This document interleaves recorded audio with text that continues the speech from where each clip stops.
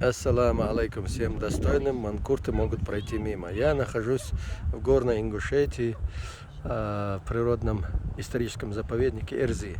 Вот это здание является одной из старейших сооружений христианского наследия горной Ингушетии. Вот старее вот этой церкви, здание, которое когда-то было церковью, нет на территории Российской Федерации. По оценкам историков и специалистов оценивают от 8 до 10 века. Такие интересные барельефы. Но я хотел бы вам показать барельефы, что было в древних церквях.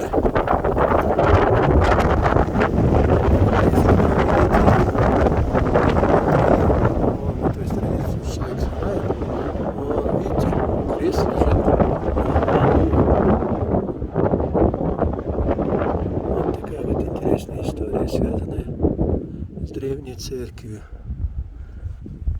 8-9 века или 10 века. Сейчас я вам покажу фасад. На фасаде примитивное искусство в виде скульптур. Оно, в принципе, примитивно, понятно, то есть размеры высоты, длины, ширины не соответствуют пропорциям.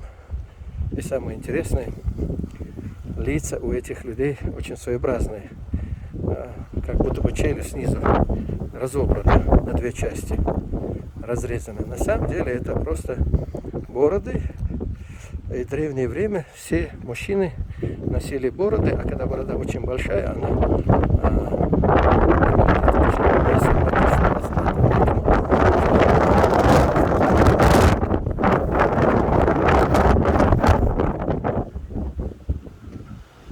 сплетали бороды в косички. Видите? То есть каждый из них на ночь заплетал бороду в косичку, иногда и днем носил, чтобы выглядеть симпатичным.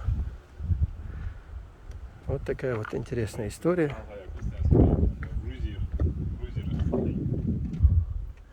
Вот сейчас с другой стороны съемки показываю.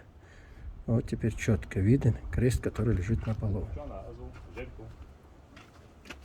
Можете открыть машину? Да, конечно. Она Сейчас откроем.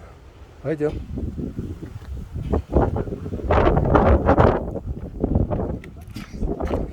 Ну что, нам уже пора. Сдувает ветер.